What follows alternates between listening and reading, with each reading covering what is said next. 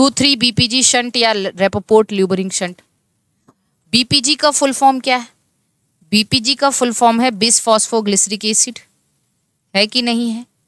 बिस phosphoglyceric acid. अच्छा मुझे एक बात बताओ, जब 2,3-BPG ज़्यादा हुआ था तो बताओ ये कर्व किधर शिफ्ट हुआ था? जो ऑक्सी हीमोग्लोबिन कर्व है, ऑक्सीजन हीमोग्लोबिन डिसोसिएशन कर्व है, वो किधर शिफ्ट हुआ था? राइट। ये बात आपको याद आ रही है कि नहीं आ रही है? आज लाइव क्लास है। लाइव क्लास क्यों नहीं है? तब क्या लग रहा है आपको? हम रिकॉर्डेड दिख रहे हैं आपको? बताइए, जल्दी से बताइए। ये बात हम लोग जब रेस्पिरेटरी सिस्टम पढ़ रहे थे तो हमने कहा था एक टर्म आएगा 2,3-BPG। जब 2,3-BPG का कंसंट्रेशन ज़्यादा होता है या बॉडी में 2,3-BPG बनने लगता है तो कर्व राइट की तरफ शिफ्ट होता है। इसका मतलब टिश्यूज को ऑक्सीजन मिलने वाली कंडीशन है ये। जानते हैं ये शंट आपसे पूछा जाएगा, जो 2,3-BPG शंट है। सबसे पहली बात ये डिस्कवर किया था रेपोपोर्ट और उनके असिस्टेंट लूबरिंग ने, है ना? तो डिस्कवर्ड बाय एक साइंटिस्ट थे रेपोपोर्ट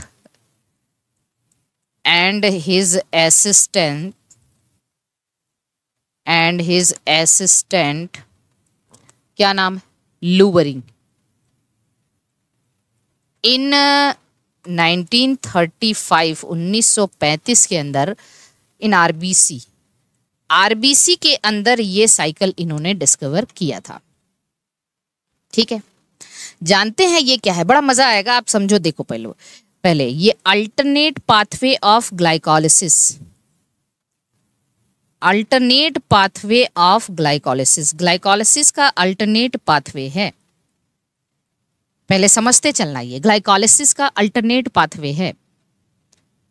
जानते हैं इन आरबीसीज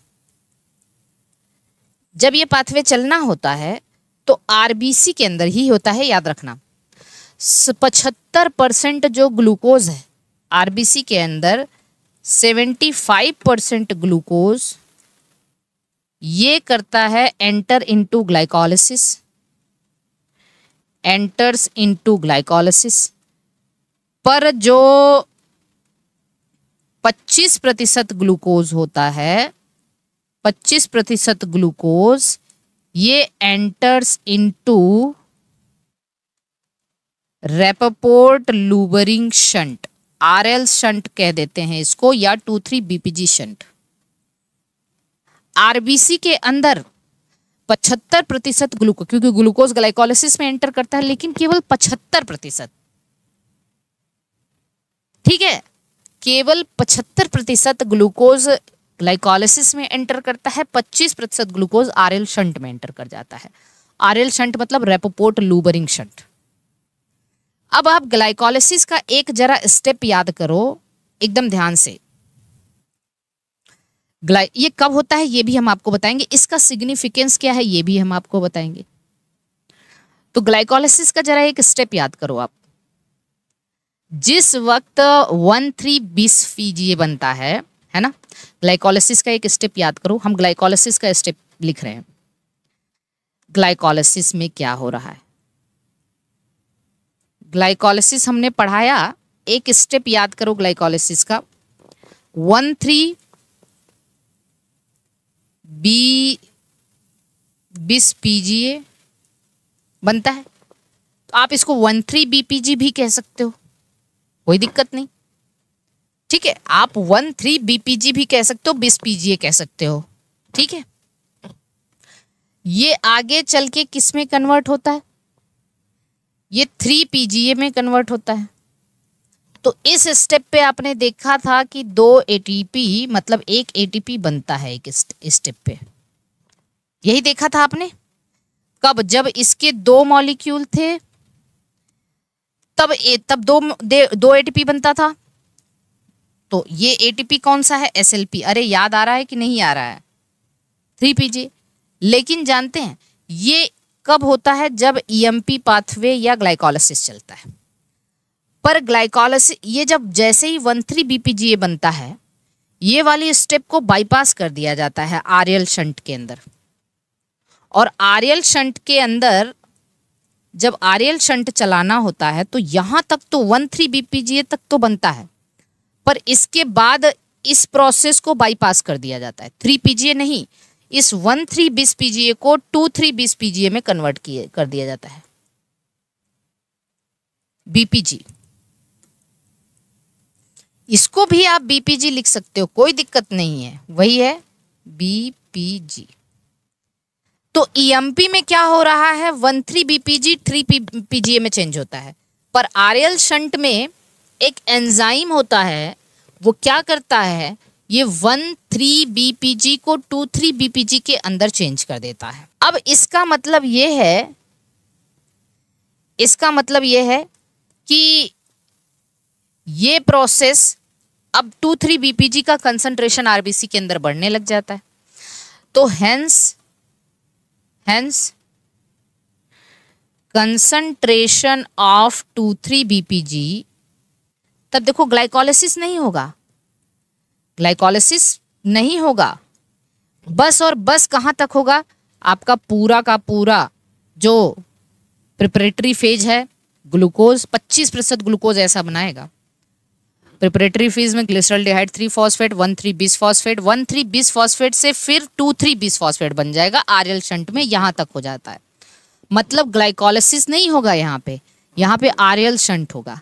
तो जब कंसंट्रेशन ऑफ 2,3 बीपीजी बढ़ने लगता है, ठीक है, इंक्रीजेस ड्यूरिंग, कब होता है ये, इंक्रीजेस इन आरबीसी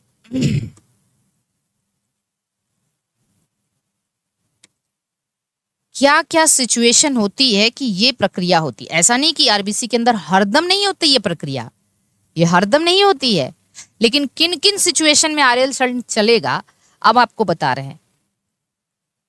पहला सिचुएशन है, कभी अगर सीवियर हाइपोक्सिया हो गया, सीवियर हाइपोक्सिया मतलब ऑक्सीजन की कमी, बॉडी के अंदर डेफिशिएंसी ऑफ ऑक्सीजन हो गई, तब ये शंट चलेगा। क्यों चलेगा ये भी हम अभी आपको बताएंगे।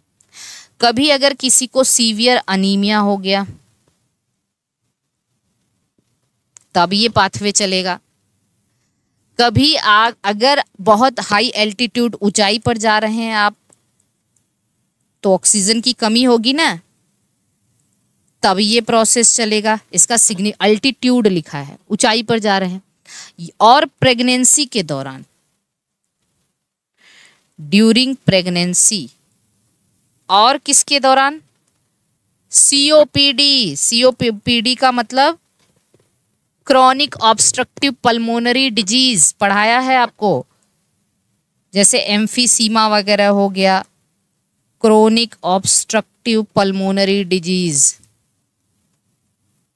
तब ये होगा, तब ये प्रोसेस होगी। इसका मतलब क्या है, क्यों ये पाथवे हो, हमने बार बार आपसे कह रहे हैं कि आरबीसी के अंदर 25% ग्लूकोज आरएल शंट में एंटर होगा, और जिस जगह पे ग्लाइकोलिसिस चलनी थी वहां पे 25% ग्लूकोज फिर 1,3 20 पीजीए को फिर एक स्टेप ग्लाइकोलिसिस का बाईपास कर दिया और 2,3 बीपीजी में चेंज हो गया।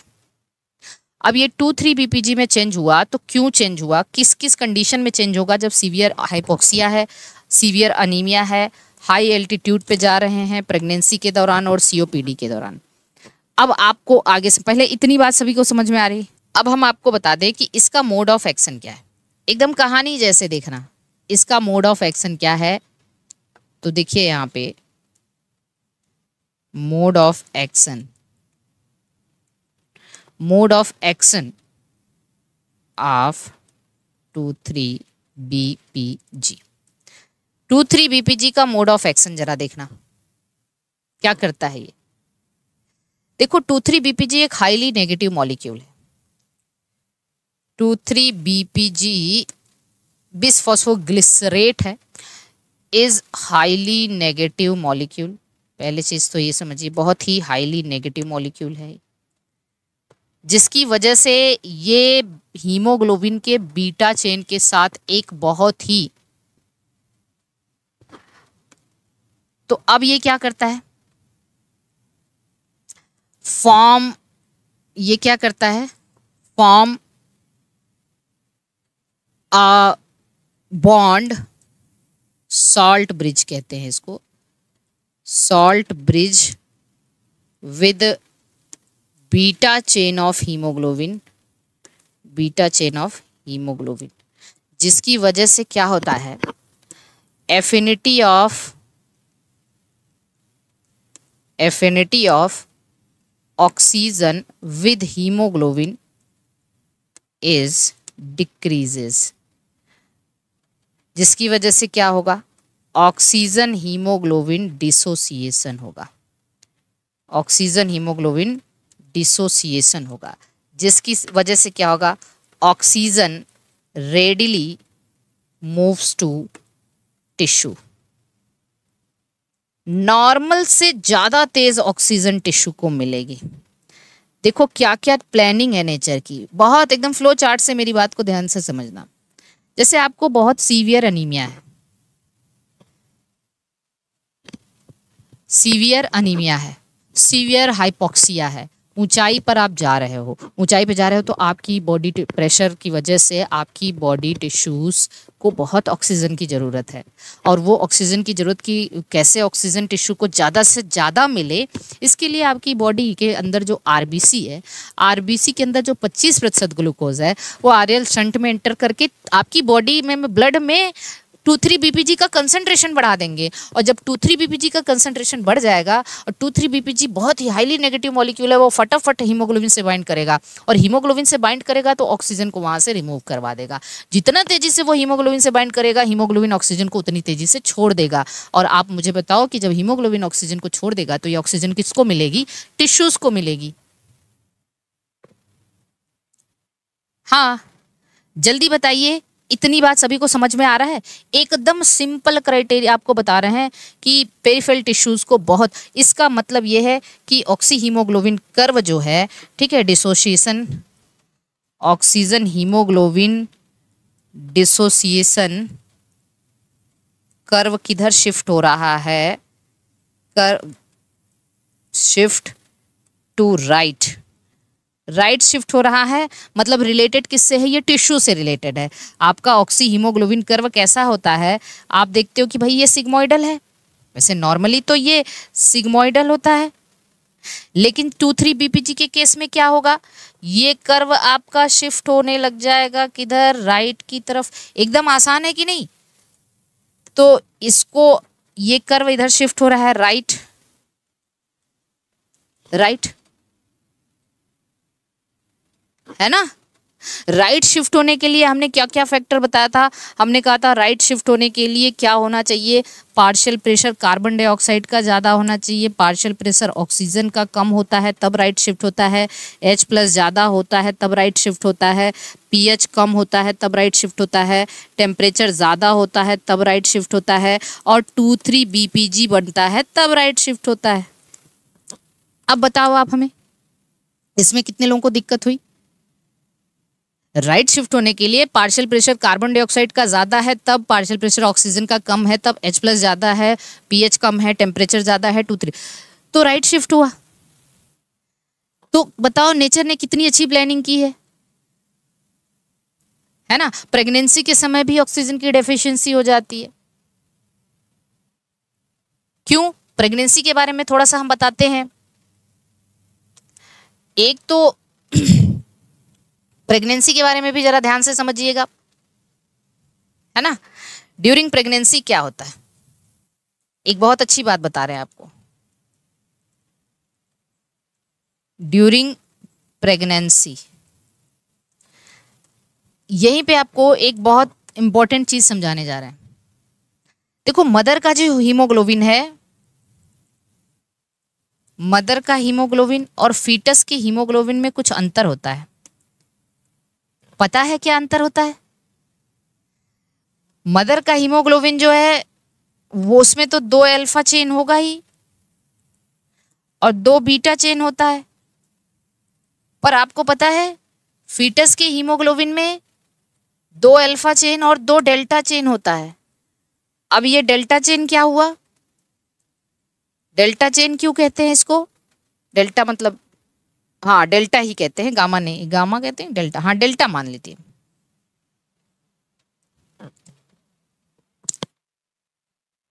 थोड़ा सा अंतर है इस डेल्टा चेन वाले में।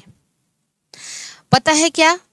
अल्फा चेन में आप जानते हो, बताओ अल्फा चेन में कितना एमिनो एसिड होता है? 141 एमिनो एसिड होता है अल्फा चेन में। बीटा चेन में कितना होता है? 146 एमिनो एसिड होता है। यहां भी फीटस का जो बच्चा गर्भ में पल रहा है उसमें अल्फा चेन में 141 अमीनो एसिड होगा और डेल्टा चेन में भी 141 एमिनो एसिड ही 146 एमिनो एसिड ही होता है। पर एक अंतर है। एक अंतर क्या है? अंतर ये है कि जो 143वां एमिनो एसिड होता है, 143वां अमीनो एसिड होता है इज सेरीन। सेरीन होता है, ठीक है। 143वां एमिनो एसिड, अच्छा हम हट जा रहे हैं, वो यहाँ पे सेरीन होता है। जबकि इसमें कुछ ग्लूटामिक एसिड जो बीटा चेन का इसमें जो 143वां एमिनो एसिड है, सॉरी, इसमें जो 143rd एमिनो एसिड होता है,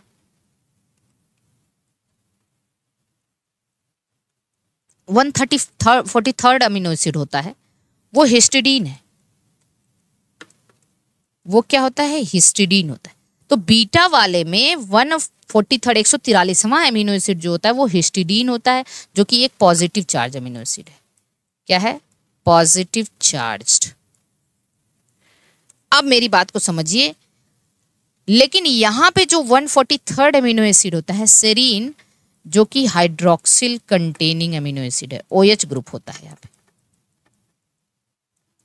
अब इससे होता क्या है? इससे होता क्या है? ये जो फीटल हीमोग्लोबिन है, सेरीन की वजह से इसके जो 2,3 BPG है ना, फीटल हीमोग्लोबिन, पहले लिखिए फिर हम समझा देते हैं। fetal hemoglobin has less affinity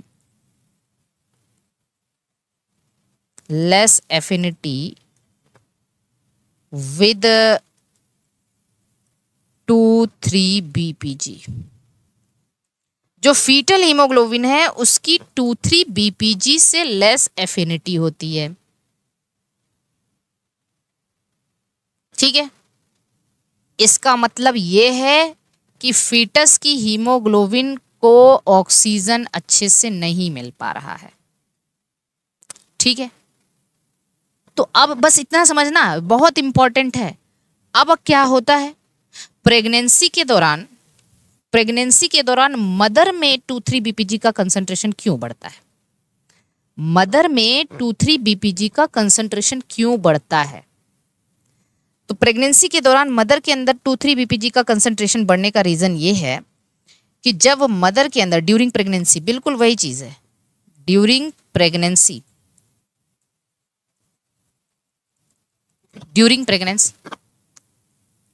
अब आप सोचोगे कि क्यों ऐसा क्यों है, फीटस के हीमोग्लोबिन की एफिनिटी लेस क्यों की गई है, ये भी हम आपको बताते हैं।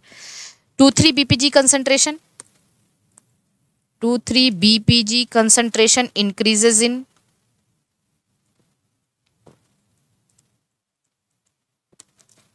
मदर्स ब्लड में ये 2,3 BPG का कंसंट्रेशन बढ़ना चालू हो जाता है, क्योंकि आरएल संट होने लग जाता है उसके आरबीसी में, जिसकी वजह से क्या होता है, ये जो 2,3 BPG है, 2,3 BPG binds with haemoglobin of mother, beta chain से binds with beta chain of haemoglobin of mother, ठीक। जिसकी वजह से क्या होता है, ऑक्सीजन हीमोग्लोबिन डिसोसिएशन होने लग जाता है, ये ऑक्सीजन को वहां से रिमूव कर देता है। जो मदर की जब उससे ऑक्सीजन रिमूव होता है तो क्या होता है, तो इससे क्या होता है, oxygen removed from mother haemoglobin, है ना, removed from mother haemoglobin, mother की हीमोग्लोबिन से ये ऑक्सीजन बहुत तेजी से रिमूव होने लग जाता है, और ये ऑक्सीजन ट्रांसफर ट्रांसफर, ये ऑक्सीजन किससे ट्रांसफर होता है? From mother to foetus, mother to foetus via placenta, via placenta. Placenta से मदर से फीटस की तरफ ट्रांसफर होता है, ताकि फीटस को, मदर में 2,3 बीपीजी कंसंट्रेशन क्यों बढ़ा? क्योंकि मदर के हीमोग्लोबिन से ये बाइंड करके ऑक्सीजन को ज्यादा से ज्यादा डिसोसिएट करे, क्योंकि फीटस को भी नॉर्मली अगर ऐसे छोड़ दिया जाए 2,3 बीपीजी ना, तो मदर में तो उतना ही ऑक्सीजन निकलेगा जो उसकी टिश्यू को चाहिए, पर मदर को तो फीटस को भी ऑक्सीजन देना है, तो ज्यादा ऑक्सीजन निकालना पड़ेगा हीमोग्लोबिन से, और तेजी से डिसोसिएशन, और तेजी से डिसोसिएशन के लिए क्या करना पड़ेगा? 2,3 बीपीजी का कंसंट्रेशन। अब सवाल यह है कि फीटस का हीमोग्लोबिन में थोड़ा सा चेंज क्यों कर दिया? फीटस के हीमोग्लोबिन में क्यों चेंज कर दिया? फीटस के हीमोग्लोबिन ने, नेचर ने इसलिए चेंज कर दिया कि ये हीमोग्लोबिन जो है 2,3 बीपीजी इसके हीमोग्लोबिन से ना बाइंड करने लग जाए। नहीं तो 2,3 बीपीजी अगर फीटस के हीमोग्लोबिन से बाइंड करने लग जाएगा तो फीटस का ऑक्सीजन हीमोग्लोबिन डिसोसिएशन होने लग जाएगा, और पता चला कि ये रिवर्सिबल ना हो जाए, फीटस से ऑक्सीजन मदर की तरफ ना आने लग जाए। ये भी हो सकता है ना, हो सकता है कि नहीं? तो इसलिए, क्योंकि जब एक के साथ दो लोग हैं, मदर अपने अंदर फीटस को लेके ढो रही है, और कोशिश यही है कि फीटस को ज़्यादा ऑक्सीजन मिले, दोनों के अंदर हीमोग्लोबिन है, और तब ये तो करना पड़ेगा कि एक की हीमोग्लोबिन का अफिनिटी जो है वो 2,3 बीपीजी से घटाना पड़ेगा। इसलिए नेचर ने फीटस की हीमोग्लोबिन में थोड़ा सा चेंज कर दिया, केवल बीटा चेन में, और बीटा चेन में चेंज किया तो वो डेल्टा बन गया, और बस इतना सा चेंज किया कि फीटस की हीमोग्लोबिन 2,3 बीपीजी से ना बाइंड कर पाए। वैसे इसको डेल्टा नहीं गामा कहते हैं, ठीक है? कहीं कहीं डेल्टा लिखा रहता है, कहीं कहीं गामा, तो इसको गामा लिख लीजिएगा, गामा, गामा लिख लीजिएगा, कोई दिक्कत नहीं, कहीं कहीं डेल्टा भी लिखा रहता है। तो मतलब फीटल हीमोग्लोबिन अल्फा 2 गामा 2 है, और नॉर्मल हीमोग्लोबिन अल्फा 2 बीटा 2 होता है। और ये चीज याद रखना कि जो फीटस का हीमोग्लोबिन में ये है ना, fetal haemoglobin has less affinity with 2,3 BPG, and एक बात और याद रखना, more affinity with oxygen. Fetal haemoglobin has more affinity with oxygen. बस थोड़े से चेंज की वजह से ऑक्सीजन से इसकी एफिनिटी ज्यादा बढ़ जाती है, पर 2,3 बीपीजी से, ठीक है, नॉर्मल हीमोग्लोबिन, फीटल हीमोग्लोबिन, तो ये गामा ग्लोबिन चेन है। आफ्टर बर्थ क्या होता है? गामा चेन धीरे धीरे सिंथेसाइज होना कम हो जाता है, और बीटा चेन फिर सिंथेसिस होने लग जाता है बर्थ के बाद, पोस्ट नेटल लाइफ में, ठीक है? तो जो इसको हम हीमोग्लोबिन एफ कह देते हैं, जैसे फीटल हीमोग्लोबिन को क्या कह देते हैं? Known as haemoglobin F. Normal haemoglobin को क्या कह देते हैं? Known as haemoglobin A. ये नॉर्मल है, ठीक है, नॉर्मल। तो जानते हैं क्या होता है? आप चलो आपका वो कंफ्यूजन दूर कर देते हैं। आफ्टर पोस्ट नेटल लाइफ, है ना, आप लिख लीजिए postnatal life, postnatal life. Postnatal life में क्या होता है, मतलब बर्थ के बाद क्या होता है? आफ्टर बर्थ, बस उसका काम खत्म। After birth synthesis of gamma globin chain, जो गामा चेन है वो क्या होता है? डिक्रीज होने लगता है। गामा चेन की सिंथेसिस डिक्रीज होने लगती है, एंड सिंथेसिस ऑफ